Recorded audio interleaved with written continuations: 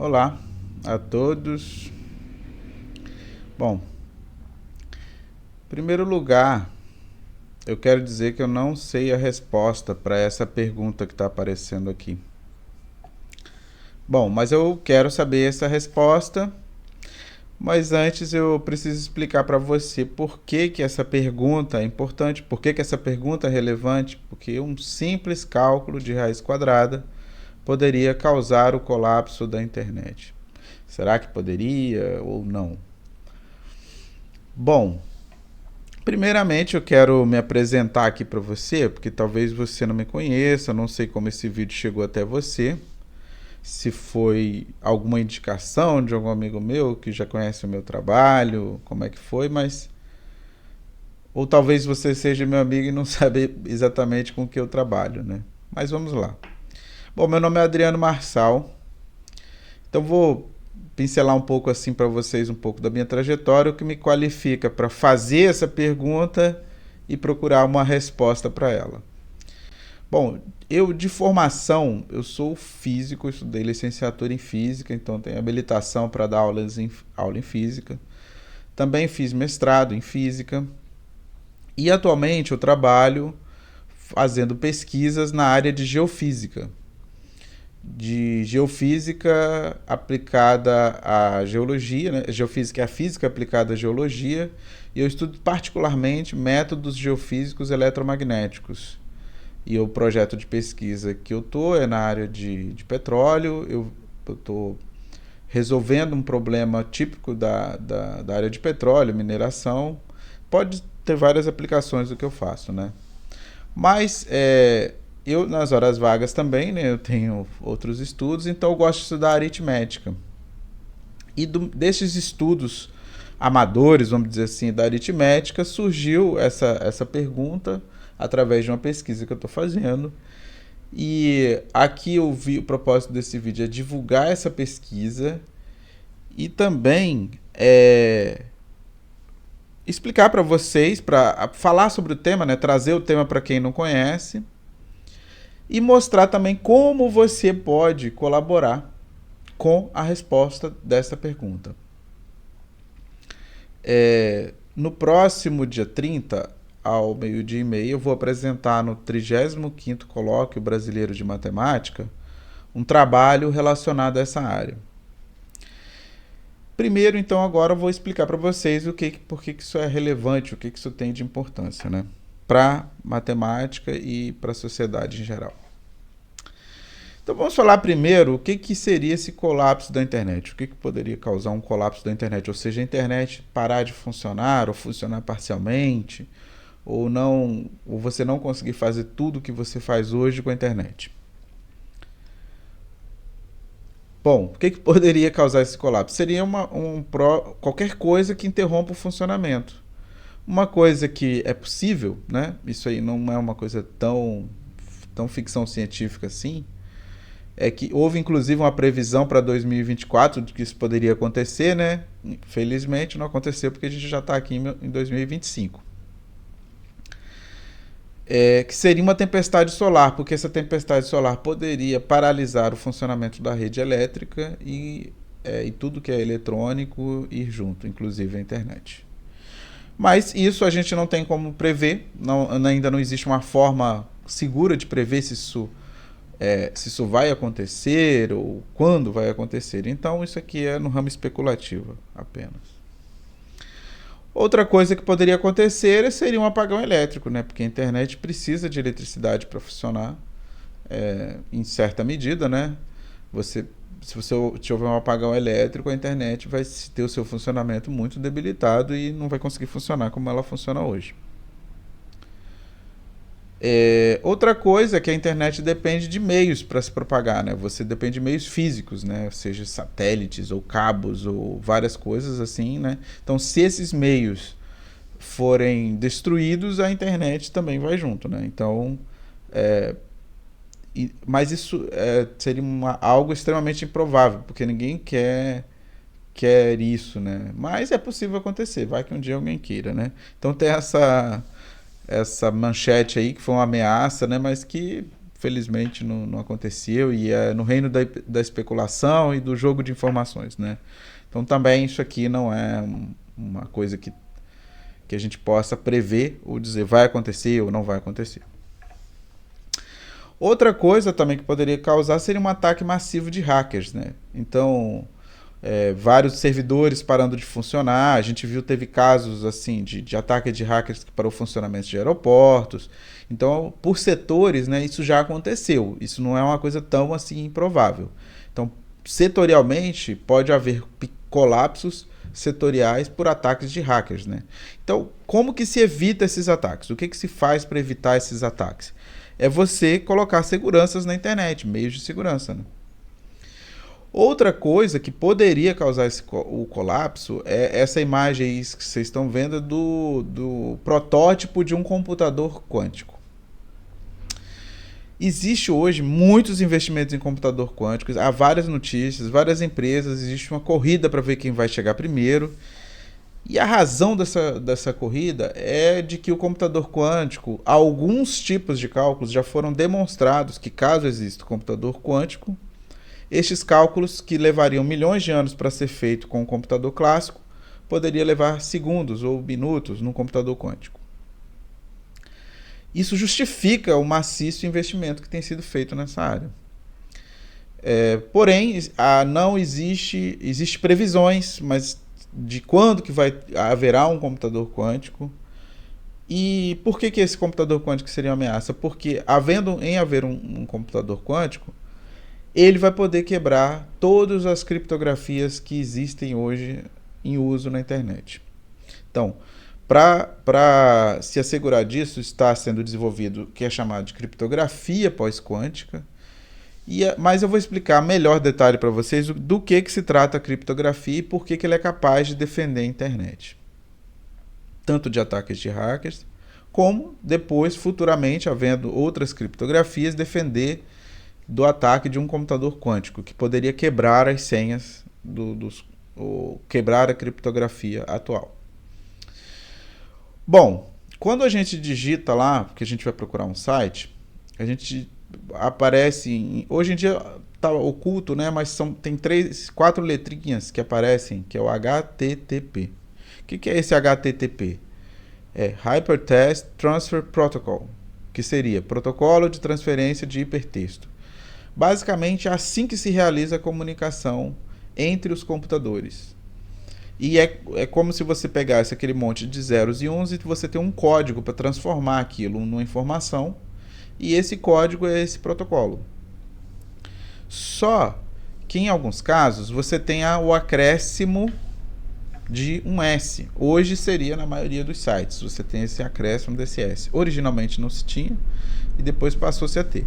O que esse S significa, né? Você adiciona a palavra secure na sigla, que é o protocolo seguro de transferência de hipertexto, traduzindo.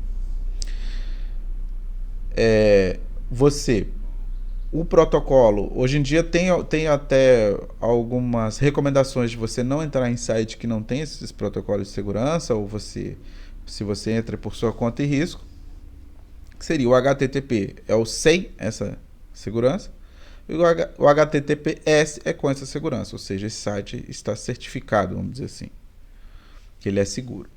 E o que garante essa segurança? É o que chamamos de criptografia. Criptografia significa cripto é secreto e grafia é escrever, é o escrever secreto. Ou seja, você escreve algo que somente o destinatário ou quem você quer que leia aquela mensagem. E a criptografia, ela tem 2 tipos básicos, né? O tipo de criptografia simétrica e a criptografia que é a de chave privada, ou seja, você precisa que a forma de criptografar permaneça em segredo. Por isso que a chave é privada. E ela é simétrica porque a mesma chave que você usa para criptografar é a chave que você usa para abrir. Então ela é simétrica. Então é o tipo de criptografia mais antigo. Todos os sistemas antigos de criptografia eram simétricos. O que significa isso? Você quer transmitir uma mensagem, então você cifra essa mensagem, você tem uma mensagem lá original. A criptografia é como se fosse um embaralhamento dessa mensagem que você vai enviar.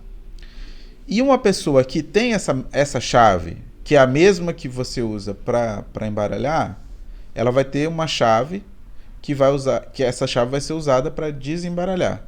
Quando ele desembaralhar, ou seja, decriptar a mensagem, ou descriptografar, ele vai conseguir ler essa mensagem.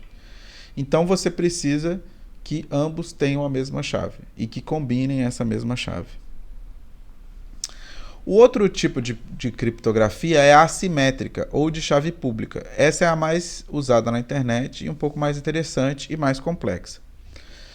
E ela é útil porque é o seguinte, imagina que para a internet funcionar, a gente tivesse que antes combinar as chaves, ou ter um lugar secreto para cada um guardar a sua chave, por exemplo. Ia ser extremamente complicado alguns tipos de comunicação na internet. Então, se criou esse sistema de criptografia de chave pública ou criptografia assimétrica. O que é isso? Existe uma chave para decodificar, uma chave para codificar e uma chave para decodificar. Essas duas chaves são diferentes. A chave de codificação ela é pública, enquanto a chave de decodificação é privada. Ou seja, você tem um texto, o remetente ele tem lá um texto, ele usa uma chave pública para poder cifrar esse texto, e quem tem a chave privada, só quem tem a chave privada é capaz de abrir. Mesmo a própria pessoa que criou o texto, ela não tendo a chave privada, ela é incapaz de abrir aquele texto. Então, um exemplo assim, uma pessoa ela quer receber mensagens, um site, alguma coisa. Ele se dispõe a receber mensagens. Só que ele só aceita a mensagem se ela for criptografada. Então, o que vai acontecer? Aqui nesse exemplo, a Alice e o Bob querem trocar mensagens. O Bob, ele quer receber. Então, ele diz para a Alice, esta é a minha chave pública. Ou seja, eu publico, eu divulgo isso. Então, a Alice vai mandar uma mensagem para o Bob, então ela pega a chave pública do Bob e decodifica a mensagem. E envia para o Bob. O Bob, ao receber a mensagem, como ele tem a chave privada, ele vai conseguir abrir a mensagem e ler o que está escrito. Uma outra pessoa que intercepte a mensagem, ele não vai conseguir ler. Para ele é tudo embaralhado, porque somente o Bob que tem a chave pública, a chave privada, vai conseguir ler a mensagem. Esse sistema é a prova de falhas? Não. Se alguém conseguir de alguma maneira obter a chave privada do Bob, de alguma outra forma, por falha humana, ou roubo, ou furto, ou qualquer coisa, ele vai conseguir ler as mensagens do Bob. Só que esse sistema, se não, a menos de falhas assim grosseiras, ele funciona. E atualmente não existe nada que seja capaz de resolver esse sistema, de quebrar esse tipo de criptografia. Somente o computador quântico, mas ele é teórico. O computador quântico ele não existe no mundo real, mas existe um algoritmo teórico que, caso exista um computador quântico, ele vai ser capaz de quebrar esta criptografia e outras criptografias que existem na internet, que essa não é a única. Bom, essa criptografia ela se chama RSA porque ela foi feita por essas três pessoas, o Ron Rivers, Adil Shimir e Leonard Adleman. Eles criaram esse tipo de criptografia lá nos anos 70 e ela foi a primeira criptografia de chave pública, né, conhecida. E depois surgiram outras. E aí ela passou a ser a criptografia mais usada. Hoje, segundo essa manchete aí, né, você tem que 90% das conexões HTTPS que existem na internet são feitas com a RSA. Ou seja, digamos assim, o impacto do uso dessa criptografia é que 90% da internet que usa 90% dos sites seguros usa essa criptografia. E 51% dos principais sites usam a RSA. Ou seja, desses sites que são mais importantes, os principais, eles usam elas.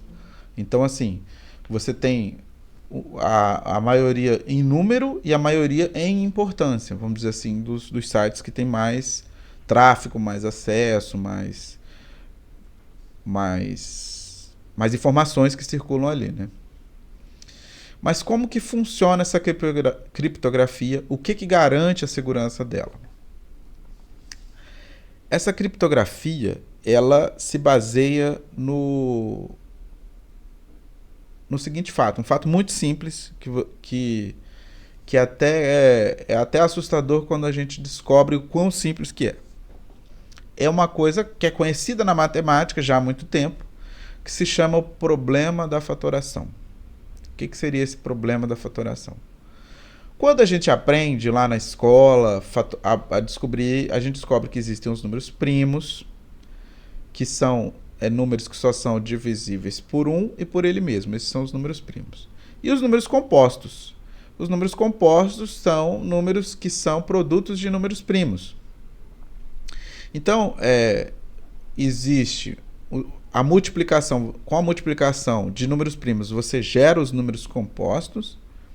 E a fatoração é o processo inverso. Ou seja, dado um número, você saber quais são os fatores que compõem aquele número. Então a gente pega, aí tem um exemplo na tela, por exemplo, do número 360, que é um número que tem muitos fatores, né? Tanto que ele é usado para medir a circunferência, né? Ele é muito útil por isso, porque ele tem esse monte de fatores aí.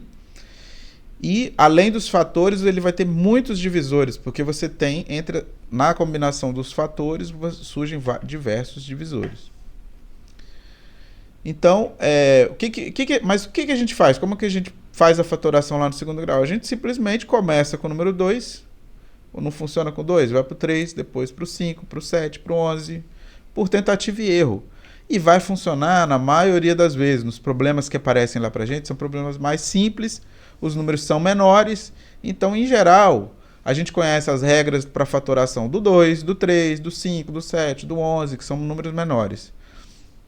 Só que quando os números primos vão ficando maiores, a gente não sabe as regras de fatoração para esses números. A gente não sabe olhar para um número e dizer, por exemplo, o número 5.438 é divisível ou não por um 19. Então a gente não tem para esses números essas regras de fatoração. O único jeito é executar a fatoração. E tem uma forma de executar, é tentativa e erro, né? Você vai fazendo por tentativa e erro, e você tem a garantia que no número menor do que a raiz quadrada do número que você quer fatorar, antes disso você encontra um dos fatores. E aí você divide por um desses fatores e vai encontrando o restante dos fatores do número. Ou seja, algoritmo de fatoração existe há muito tempo. É esse de tentativa e erro. Então, assim, não é que não exista um algoritmo de fatoração. Existe. Esse e outros. Só que o problema é o seguinte. Quando o número começa a ficar muito grande, por exemplo, eu desafio você a conseguir descobrir quais são os fatores desse número aí que está na tela. Bom, quando esse número começa a ficar muito grande, aí gera um problema. Tentativa e erro começa a falhar. Se você, por exemplo, tentar via tentativa e erro, de um número dessa ordem mais ou menos, você deve demorar ali uns milhares de séculos para conseguir fatorar. Se você, por exemplo, tentar via existem outros métodos também, não só esse de tentativa e erro, mas até hoje, quando um número fica muito grande, você não consegue obter, num tempo curto, razoável, saber quais são os fatores desse número. Ou seja, o algoritmo teórico ele existe. Só por curiosidade, esses são os fatores desse número.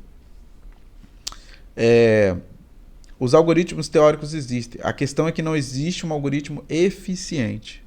O que tem se buscado é a eficiência do processo. Então, existindo um algoritmo eficiente, ou seja, que seja capaz de fatorar números de uma maneira rápida, significa que a criptografia RSA pode ser quebrada.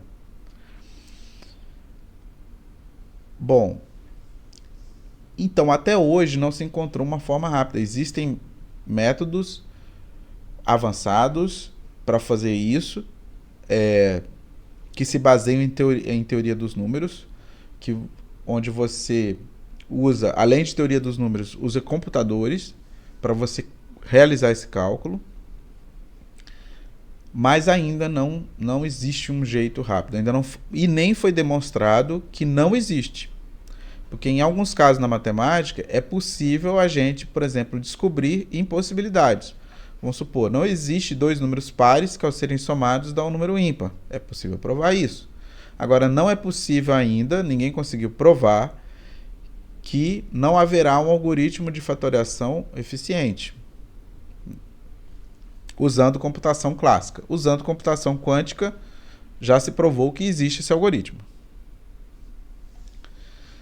Bom, e a raiz quadrada? O que tem a ver com essa história toda, né? Então, esse trabalho que eu vou apresentar lá no 35º Colóquio Brasileiro de Matemática tem a ver com isso. Foram desenvolvidos algoritmos baseados no cálculo da raiz quadrada que são capazes de fatorar números, mas esses algoritmos não são eficientes. O que acontece? Eu descobri um padrão que surge no cálculo da raiz quadrada, não qualquer cálculo, né? Não é simplesmente do jeito que a gente faz lá no segundo grau, é um cálculo um pouco mais sofisticado, mas é um cálculo simples, não é um cálculo nada muito complicado, não. Tanto é que ele é considerado um algoritmo simples. Existem outros algoritmos complexos em teoria dos números. Então, eu consegui perceber esse padrão, e ao perceber esse padrão, este padrão e esse algoritmo é o que eu vou apresentar lá no 35º Colóquio Brasileiro de Matemática. Então, eu sei se o meu algoritmo hoje funciona? Não sei ainda se ele é eficiente. Ele é capaz de fatorar números, o padrão ele existe. Eu consegui demonstrar, como eu vou apresentar lá, que esse padrão existe. Só que, o que acontece? E aí entra onde você pode colaborar. Primeiro, o que você pode colaborar? É divulgando esse vídeo, para que mais e mais pessoas saibam desse problema. Segundo lugar, se inscrever aqui no canal, porque se você se inscrever aqui, eu vou depois atualizar mais, né? Se você tiver qualquer dúvida sobre o que eu falei, você coloca nos comentários desse vídeo, e aí eu vou responder o que eu souber responder também, né? Porque eu não sou especialista em tudo isso que eu falei aqui, né? Eu apenas, digamos assim, eu me foquei em desenvolver esse algoritmo de fatoração. Você pode colaborar. Eu vou iniciar uma campanha de arrecadação para eu continuar essa pesquisa. Porque o que eu preciso para continuar essa pesquisa? Atualmente, eu resolvi apresentar este trabalho porque eu considero que a pesquisa está numa fase ainda não tão inicial, porque eu já escrevi um algoritmo, escrevi um código, ele funciona, só que esse código precisa ser otimizado. Então, existem duas ações possíveis agora para a pesquisa andar.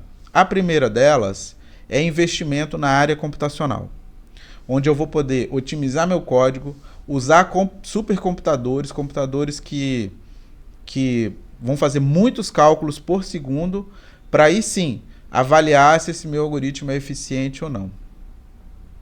Então, essa é uma pergunta, a pergunta original desse vídeo. Eu acho ela muito importante ser respondida. Mesmo que a resposta seja, olha, este algoritmo não funciona, isso é bom do ponto de vista científico, porque garante que o sistema passou em mais um teste de segurança, o que permite que a gente fique tranquilo que a internet vai continuar funcionando. E se o algoritmo funcionar?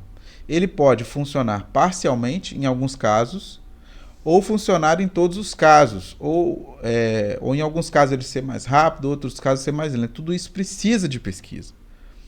E essa pesquisa ela pode ir tanto para a vertente computacional, que é onde eu acredito que seja mais simples e mais rápido, talvez, de obter uma resposta, mas também envolve mais custo financeiro.